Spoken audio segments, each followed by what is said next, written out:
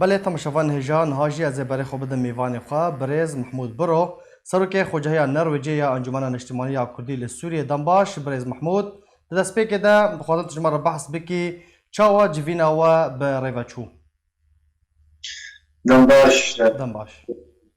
تماشاوان و گفتار جوین اما قراتي ام كارن بيجن جوينك بسركفتن بريبچو و انجام سركفتن جي خصنا دستي خدا برنگکی دموکرات هیمن بشداریه که برفره جی پارتین کردستانی جی میوانین قدرگرانش کسایتی سرخواه و هر وها آلار پیشبک چونا کار و باری هندروی وی کنفرانسی براستی ام بسرکفتی لقلم ددن ارمان جی کودابون پیشیا خواه پلانا کش قردانی گنج بو پیش و چونا کار و خبات به تایبتی لسر استاولات نرویج و تیکل بندی مجی لگل نونراتی اوروپا همو تشت وقت به بسرکفتن هاتن و انجام باشدن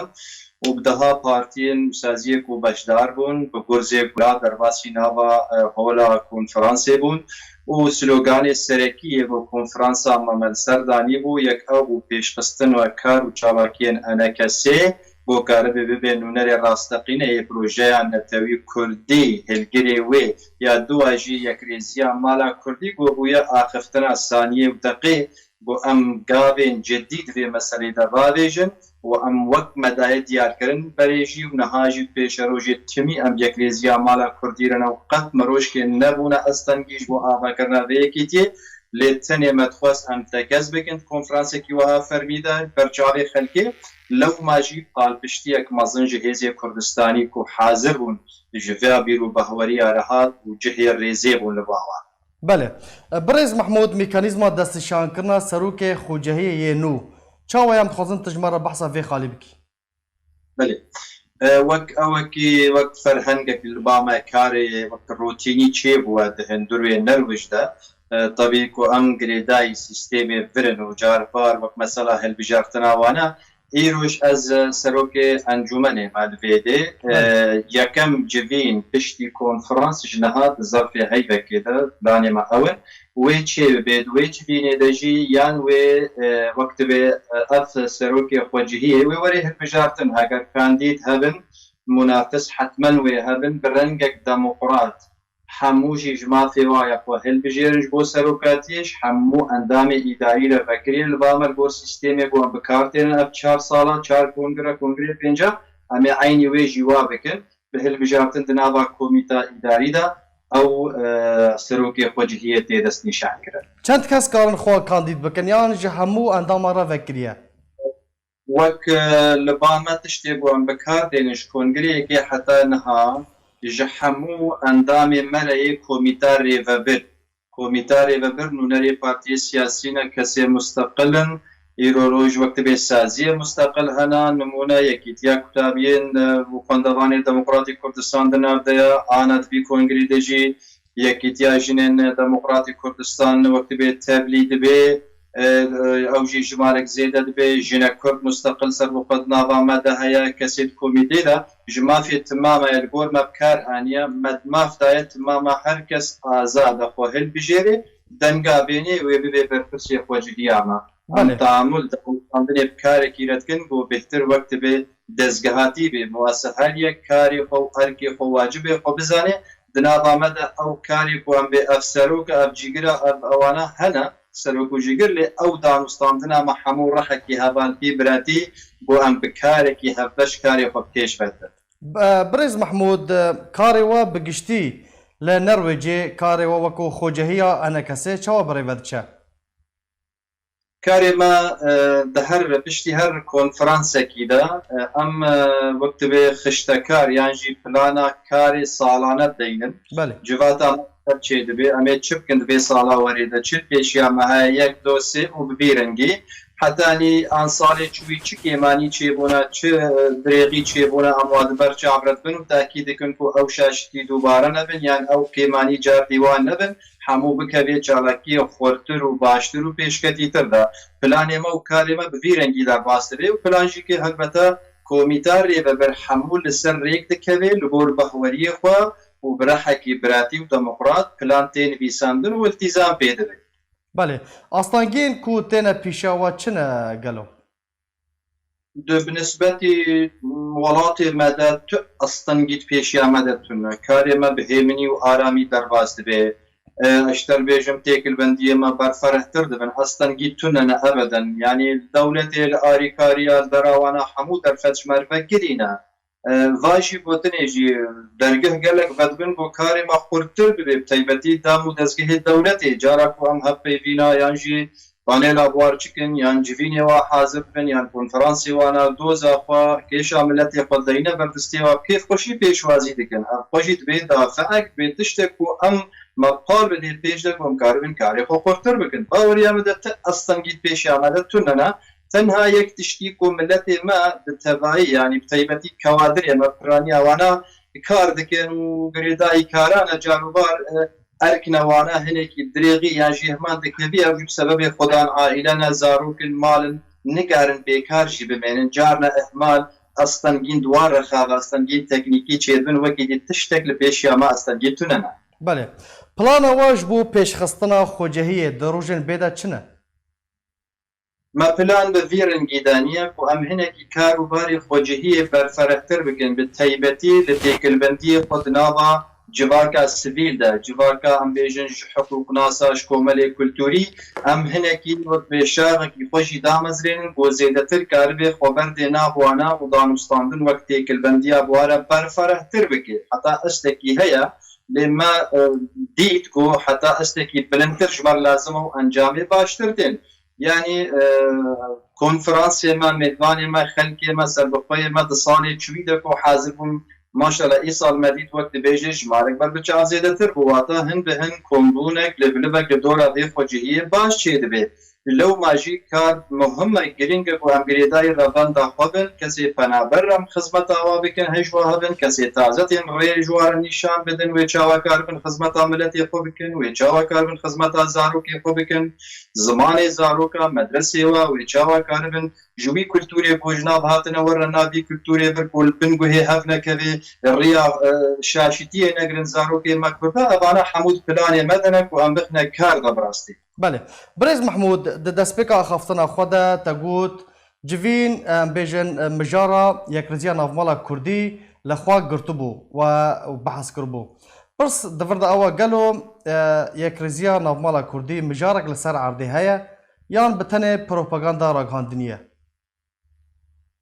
باوەریامەدا ئەو مەسەلا یەکرێزیە بڕاستی مەخۆست خەلکێرە تەکەس بکەن بۆ ئەم خودیە یەکرێزیێنە میراسامە تێدا هەیە و ت ڕۆژیم نەبوونە ئەستەنگ تێدا لەو مامە ئەوژی هەلبژات و ئەم بکنە تشتێکی سەرەکیت کۆنفرانسیە خۆدن لێ بەرامبەری وی تشتی bi kolana Kurdî de îro di nivîskaran li medyayê li internêta 24 saet yekrêzî berî temekê kin got biborin ez lêborînê ji miletê xwe dixwazim ku ez bêjim êdî ev yekrêzî bûye wek serêşê çima ji ber got tiştekî ciddî rastî li pey nabe ev xudanê ku wa propagandek mezin jêr çê dikin di praktîkê de va jî wêna kar û xebata xwe dikin va jî wê kar û xebata xwe dikin yanî ji hêlekê ve ez ê bêjim wala yekrêziya mala Kurd û ji hêla dûa jî ez ê wî beşê beramberî xwe îxanetê ve bikim yan jî ez ê şevekî ragihandinî xurt û tund beramberî wê bikim ev jî li hevdû nabûncê di siyaseta ku em bêjin niştimanî de yan jî em milletekin rihê lêborînê di nava me de hebe em karibin hevdû qebûl bikin em karibin bi ciddî li hevdû meyzênin ne tenê yekrêziya mala Kurd ew e wek bo tenê ez dixwazim nexêr wek bo millet dixwazê wek bo kesê serxwe dixwazin wek bo kolana Kurdî dixwazê ahbuwa şert û merca wextê werê pêş wê encamê wêna gelek baş Mahmud aliyên rêgir aliyên ku nahêlin ew yekrêzî çê bibe alîne Kurdî ne gelo rejima Sûriye Tirkiye kîjan alî nahêle ku yekrêziyek rastaqîne çê bibe yek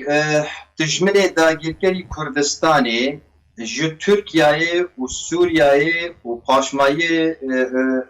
Iraqê û hetanî Îranê evana plana wa stratejîk jimare yek ew ku mala Kurd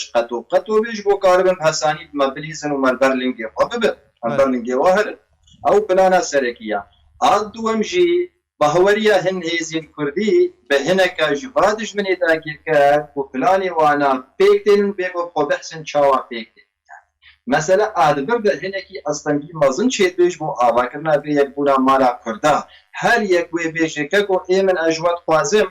از وقت محمود برود بیشم بلد دجمن ما امواناس بکن جهبدو فرض بکن راست ام دکارن بواری دیپلماسی دا جارنا پینگاب نواجی هفیدن غمناکی ام نکارن کوبیک بن جهبدو صد دسریه ماهانه دمیجیه ماهانه دبگرا سیاسی پروگرام و پیروی ماهانه ایدئولوژی هجی جوازن خوستک و ارمانجی مجوازن ام دکارن دور دا نکوبیه هفن لی مسئله کو ایرو دجمن ایرو رنگ کی دجمن هيا نکس کو سور زرد دجمن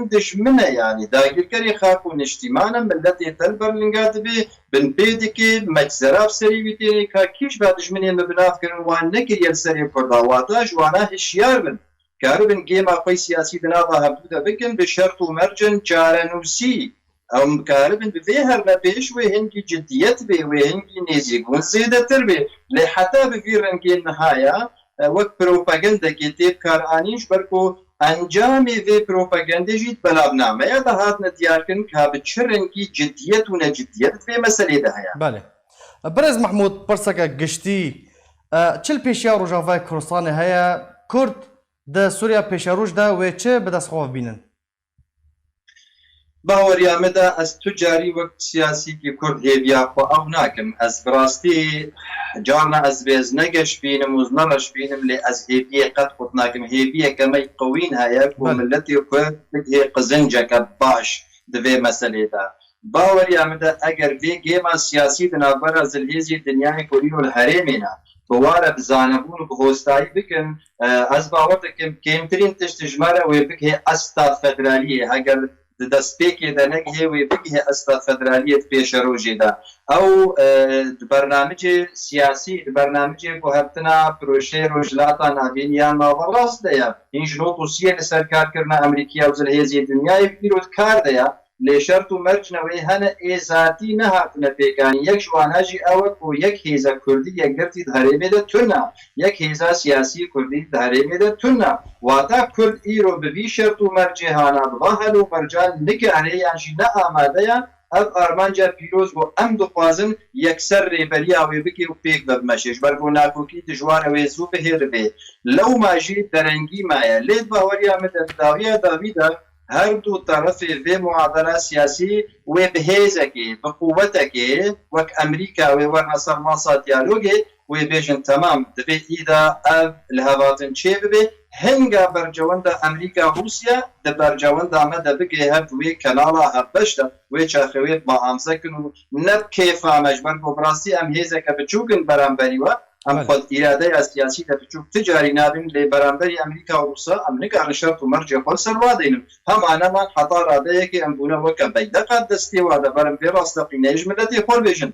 لی اراده ما نزیگون عمل سر بنگه نهر و مرجع راست جبو کرد و خاک و نشتیمان جبو مافی ملتی کرد وک ملتک لسر خاکا خواج بو چار مساوی آزادی آوی کرامت آوی حتى سيستمكي ديمقراط سوريا قشتي دلبانا امريك بكذن امي هر تشتي بل انجامي باش ببن افهلو مرجعانات بيش روجي دا قشبينيه كيجمر چيدكن كو كرد وي بشتي با كارساتي مظن وقل الدنيا جهاتية دياركرن دحمو ملتا دا بشتي قيلاني قلك مظن قزنجي قلك مظن هنا لو ما جي كرد بيب هوستايي وبجارنوسي دانوستاندن اللي قلبات شتابكنش بوي قزنجا مظن بدستي خوبينن جناكوكية ومن ملانية تركبن أزية تركبن في تشتينا ندايا كردا وين نديجي نهما هرقز بيجي بيتو قلبي أو مثلا قشبينية دينا بله برز محمود برو سروكي خوجهيا نرويجي انجمن الاجتماعية كردي لسوريا جالاكس باس جبو بشدار بوناته